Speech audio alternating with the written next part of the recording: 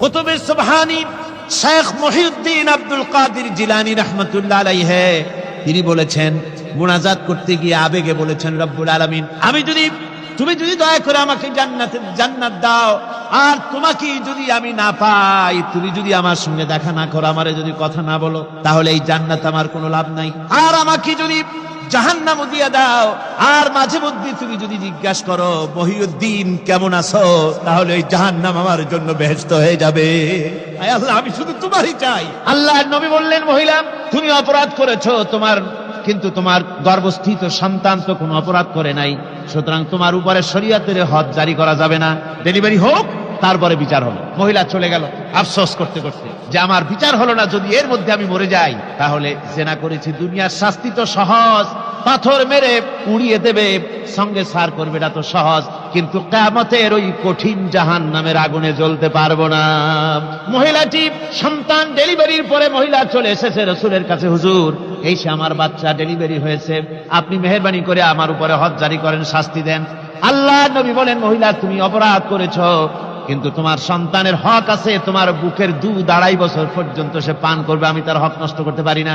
মহিলা আবার চলে গেল কাঁদতে কাঁদতে, যদি এর মধ্যে মরে যায়, 2.5 বছর যেতে পারে নাই, তার আগেই মহিলা ওই বাচ্চাটাকে কোলে নিয়ে হাতে একটা রুটি দিয়া হুজুরের কাছে আসছে। কত পেরেশানি দেখেন। মহিলা এসে বলেন, ইয়া রাসূলুল্লাহ, আমার এই বাচ্চা এখন দুধ ছেড়ে দিয়েছে, সে রুটি খাইতে পারে, হুজুর আর দেরি করবেন না, এই শাস্তি না নিয়ে যদি মরে যাই, জাহান্নামের কঠিন আযাব আমি ভোগ করতে পারবো না।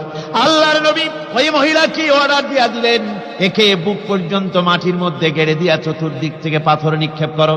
মহিলাকে নিয়ে তাকে বুক পর্যন্ত মাটির ভিতরে গেড়ে দিয়া চতুর্দিক থেকে যখন পাথর নিক্ষেপ করা হচ্ছিল, রক্ত ছিটে এসে একজন সাহাবীর গায়ে পড়ায়, সাহাবী মহিলাকে ভৎসনা করলেন। আল্লাহর নবী বললেন, শুনতে পেরে নবীজি বললেন, ও সাহাবী ভৎসনা করো না, বরং এই মহিলার তওবা আল্লাহ রাব্বুল আলামিন এমন ভাবে কবুল করেছেন, যদি সে তওবা দুনিয়ার সব মানুষকে ভাগ করে দেওয়া যায়, তাহলে সমানভাবে ভাগ করে দেওয়া যাবে। 60,000 সৈন্য তাদের অশ্ব নিয়ে, তাদের উষ্ট্র নিয়ে, তাদের মালপত্র নিয়ে, জিহাদের সামান নিয়ে শ্রাবণের খরস্রোতা নদী, উত্তাল তরঙ্গমালায় ভরা নদীর উপর থেকে এই সাহাবীরা পাড়ি দিয়ে ওপার চলে গেলেন। ওপার যাওয়ার পরে হযরতে সাদ বলছেন, তোমাদের কেউ কি হারায় গেছে নাকি? সবাই এদিক ওদিক তাকায় খোঁজ করে বলল, মানুষ তো দূরের কথা, একটা উট আর ঘোড়াও একটাও হারায় যায় নাই। একজন বলল, আমার একটা পেয়ালা, যে পেয়ালা আমি পানি পান করতাম, সেই পেয়ালাটা তুফানে ছিটকে কোথায় চলে গেছে, ওইটা হারায় গেছে। হযরতে সাদ বলেন, মুজাহিদের কোন জিনিস দরিয়া নিতে পারে না, অবশ্যই তা ফেরত আসবে। এই কথা তিনি বলতেছিলেন, হঠাৎ করে দরিয়ার কিনারে একটা আওয়াজ হলো, দেখা গেল তুফানের ভিতরে সেই হারানো বাটিটা তাদের মধ্যে ফিরে এসেছে। আল্লাহু আকবার। মুজাহিদদেরকে সাহায্য করেন স্বয়ং আল্লাহ রাব্বুল আলামিন। আফ্রিকার জঙ্গলের কাছে ভিন্ন ইতিহাস, জঙ্গলের কাছেই মুসলমানদেরকে থাকতে দেওয়া হয়েছে। মনে করা হয়েছিল জঙ্গলের সমস্ত হিংস্র প্রাণীরা এই মুসলমানদের শেষ করে দেবে, যুদ্ধ করা লাগবে না। হযরতে সাদ সে অবস্থা বুঝতে পারলেন, তিনি একটা মঞ্চ তৈরি করলেন। সেই মঞ্চের উপরে দাঁড়ায় জঙ্গলের প্রাণীদের দিকে লক্ষ্য করে তিনি নোটিশ জারি করে দিলেন, বললেন, ইয়া আইয়াতুহাল হাশারাত ওয়াস সিবাউ নাহনু আসহাবু রাসূলুল্লাহ সাল্লাল্লাহু আলাইহি ওয়াসাল্লাম।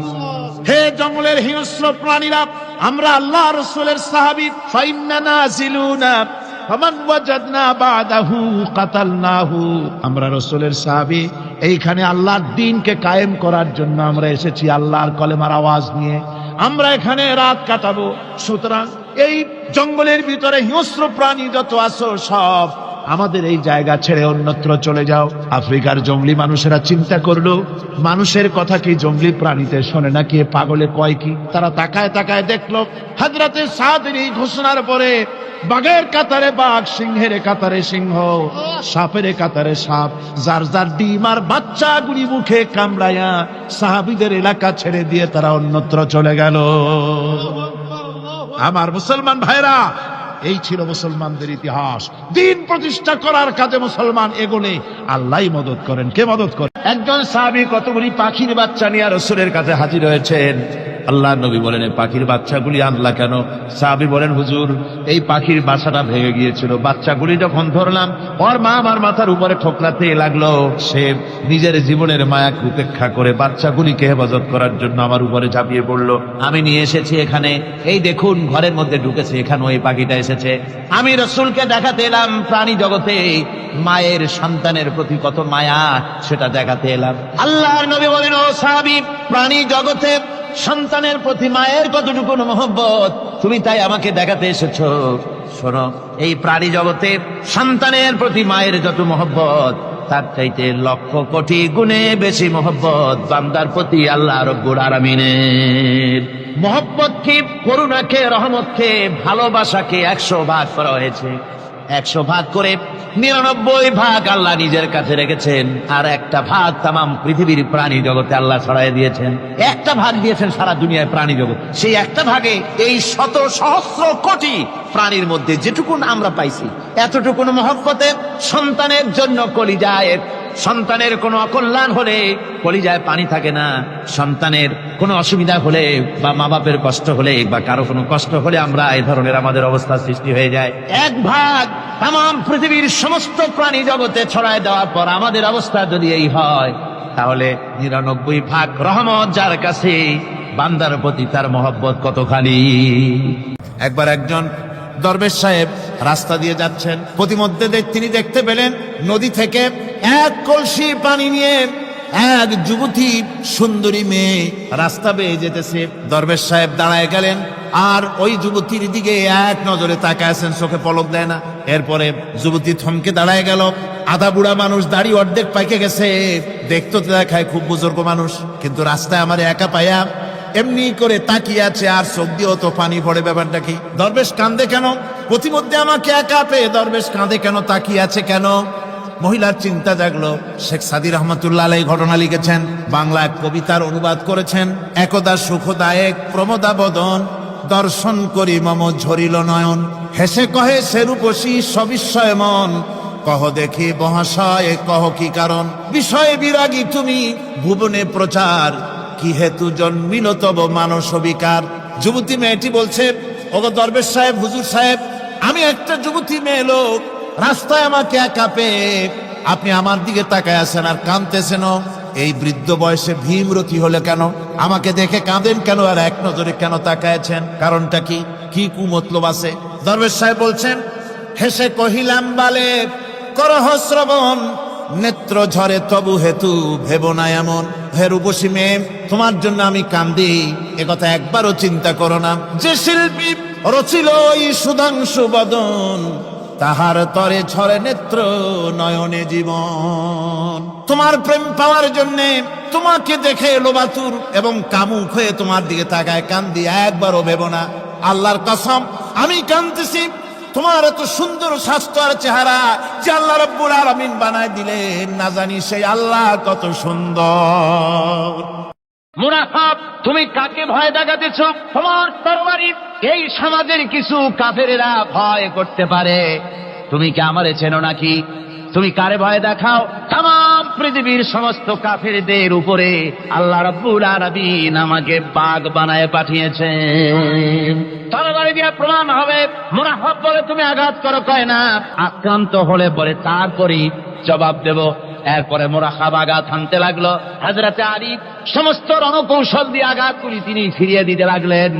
এরপরে হযরতে আলী বলছেন, মুরাকাব এবার তৈরি হওয়া আমার আঘাত সহ্য করার জন্য। হযরতে আলী জুলফিকার তুলে আঘাত করলেন। এক আঘাতেই দেখা গেল মুরাকাবের মাথা থেকে শুরু করে শরীর টুকরা হয়ে গিয়া হযরত আলীর তরবারির মুঠা পর্যন্ত মাটির ভিতরে গেড়ে গিয়েছে। পরে দুর্গ দখল হয়ে গেল। পরের দিন আল্লাহর নবী বলেন, আলী শুনতে পেলাম তোমার ঢাল ভেঙে গিয়েছিল, তারপরে তুমি যুদ্ধ করলে কি দিয়ে? হযরত আলী বলেন, হুজুর, আমুজ দুর্গের ওই কবাটটা, লোহার কবাটটা বাম হাতে নিয়া আর ডান হাতে তরবারি নিয়ে লড়াই করেছি। হুজুর বলেন, কি করে মানুষ কেমনে এত বড় দুর্গের লোহার কবাট হাতে নিয়ে যুদ্ধ করে? একটু দেখাও তো দেখি। হযরত আলী গতকালকের মতো বাম হাত দিয়া ধরেছেন, নামাতে পারেন না। এবার ডান হাত দিয়া ধরেছেন, নামাতে পারেন না। ডান আর বাম দুই হাত দিয়া সমস্ত শক্তি দিয়ে এমন জোরে টান বেড়েছেন, প্রতিটি লোমকূপের গোড়া থেকে ঘাম বেরিয়ে এসেছে, এক চুলো নড়াতে পারেন নাই। হযরত আলীর মুখখানা মলিন হয়ে গেছে লজ্জায়। হযরত আলী রাদিয়াল্লাহু তাআলা আনহু লজ্জা পেয়ে গেছেন। রাসূল পাক সাল্লাল্লাহু আলাইহি ওয়াসাল্লাম বলেন, আলী, লজ্জা পাওয়ার কোনো কারণ নাই, চিন্তা করার কোনো কারণ নাই।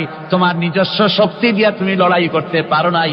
এত বড় লোহার দরজা নিয়ে, খবর নিয়ে মানুষ সেভাবে লড়াই করতে পারে না। আল্লাহ তার দ্বীনকে বিজয়ী করার জন্য তোমার ভিতরে আল্লাহ রাব্বুল আলামিন ক্ষমতা দিয়েছিলেন। জোরে বলেন সুবহানাল্লাহ। আল্লাহ রাব্বুল আলামিন এই জিহাদের ময়দানে যখন মানুষ আসে, আল্লাহ তাদের উপরে মদদ দান করেন। একজন দার্শনিক নৌকায় চড়ে যাচ্ছে কোথাও, তো নৌকায় চড়ে যাচ্ছে দার্শনিক একা, মাঝি নৌকা বাঁধছে। দার্শনিক মানুষ তো মাথার মধ্যে দর্শন গিজ করছে, কথা বলার লোক পায় না। এখন মাঝির সাথেই কথা বলার সিদ্ধান্ত নিল। শেষ পর্যন্ত বলল, রে মাঝি, কত বছর নৌকা চালাও? তা তো বহুত বছর, জীবনটাই কাটাই দিলাম। ভূগোল চেনো? ভূগোল কখনো দেখেছো? ওই যে না, ভূগোল আমি দেখবো কোথাতে, আমি হলাম গরিব মানুষ, এগুলি ধনীদের কাম, তারা হয়তো খায় টায়, আমি ভূগোল দেখিও নাই, খাইও নাই। আশ্চর্য কথা, ভূগোল মানুষে খায় নাকি? জীবনটা তো সারে নেই, নষ্ট করে ফেলাইছে। মাঝি দাঁতগুলো বাইর করে দিয়ে বলতেছে, স্যার হইতেও পারে। কিছুক্ষণ পর দার্শনিক বলছে, এই বেটা, দর্শন বোঝো? স্যার খামোখাই শরম দিচ্ছেন, এ সমস্ত বড় লোকের খাবার, ওগুলি আমার সামনে বলে লাভ দেখি, আমরা গরিব মানুষ, এগুলি আমরা কোনোদিন দেখিও নাই, খাইও নাই। দার্শনিক বলছে, বেটা বেওকুফ, দর্শন মানুষে বুঝি খায়? তোর জীবন আটা নাই মিশা। মাঝি কয়, হইতেও পারে। এবার দার্শনিক বলছে, এই বেটা, কিছুই তো জানো না, খালি দাব বাই করো, ইতিহাস চেনো? মাঝি বলছেন, স্যার এইবার একটা কথা বলছেন যেটার সাথে কিছুটার মিল আছে, আমি খাইছি। সেটা হচ্ছে, বাপ গরিব ছিলেন, কিন্তু মাঝে মধ্যে শীতের মৌসুমে পাতিহাঁস জবাই করে আমরা খাইতাম, আর বিবাহের সময় শ্বশুর বাড়ির রাজহাঁস জবাই করে খাওয়াইছিল, কিন্তু ইতিহাস তো খাই নাই, ওইটা কোথায় পাওয়া যায়? দার্শনিক বলছে, বেকুব বেটা, ইতিহাস আর পাতিহাঁস বুঝি এক? তোর জীবন তো 12 আনাই মিছা। মাঝি কয়, হইতেও পারে। কিছুক্ষণ পর উত্তর দিকে কালো মেঘ উঠেছে, আকাশ থমথমে ভাব, নদীর ভিতরে তুফান সৃষ্টি হয়েছে। মাঝি বলছে, স্যার সাঁতার জানেন? কয় যে না মাঝি, সাঁতার তো জানি না। মাঝি কয়, স্যার ভূগোল, দর্শন, ইতিহাস 3 সাবজেক্টে আমার জীবন 12 আনা মিছা। এখন তো দেখি এক সাবজেক্টে 16 আনাই মিছা আপনার। আমার তো 4 আনা আছে, 12 আনা ফেল, 4 আনা তো আছে। ওই 4 আনা দিয়ে আমি সাতরাইয়া কেনারায় উঠে যাব, আর ইতিহাস দর্শন পাতিহাস খাইয়া ডুবে মরমিয়া। এবার দার্শনিক বলছে, আরে মাঝি, মানুষকে এরকম নৌকা ডুবে মরে নাকি? কয়, মরে না। আমার বাপ এই নৌকার মাঝি ছিল, তারপরে এই নৌকা বাইতে বাইতে আমার বাপ এই নৌকার মধ্যে মরছে ডুবে। আচ্ছা, তোমার দাদা? আমার দাদাও মাঝি ছিল, এই নৌকা বাইতে গিয়ে সেও মরছে। তোমার নানা? আমার নানাও এরকম নৌকা বাইয়া এরকম মাঝি হয়ে মরছে। দার্শনিক কয়, তুমি তো দারুণ বেহায়া, যে নৌকায় তোমার বাপ মরলো, দাদা মরলো, সেই ব্যবসা তুমি ছাড়তে পারো নাই, তুমি তো দারুণ বেহায়া। মাঝির বুদ্ধি কম না। মাঝি কয় যে, স্যার আপনার বাপ জিন্দা আছেন? কয় না, মারা গেছেন। কোথায় মরছে? ঘরের মধ্যে, খাটের উপরে চিত হইয়া আরামসে মারা গেছে। আপনার দাদা? বলে তিনিও ঘরের মধ্যে বাস করেন, ওইখানেই ঘরের মধ্যেই মারা গেছেন, খাটের উপরে। আপনার নানা? উনিও ঘরের মধ্যে চিত হয়ে আরামসে মারা গেছেন। মাঝি কয় যে, আপনিও তো বেশরম কম না, যে ঘরের মধ্যে আপনার দাদা মরলো, নানা মরলো, গোষ্ঠী মরলো, সেই ঘরটা তো এখন আপনি ছাড়তে পারেন নাই। এর দ্বারা মাঝি বুঝাইতে চাইল এই কথা, দার্শনিক সাহেব, মৃত্যুর জন্য সময় হলো আসল কথা। সময় যখন এসে যাবে, সে যে জায়গায় হোক, মৃত্যু তাকে ছাড়বে না। মৃত্যু যখন আসবে, জায়গায় পৌঁছতে হবে, আর সময় যখন আসবে, এক মুহূর্ত আগে পিছু করা হবে না। মৌত আসার সাথে সাথে আজরাইল তার সামনে এসে যাবে, এক মুহূর্ত বাঁচতে পারবে না।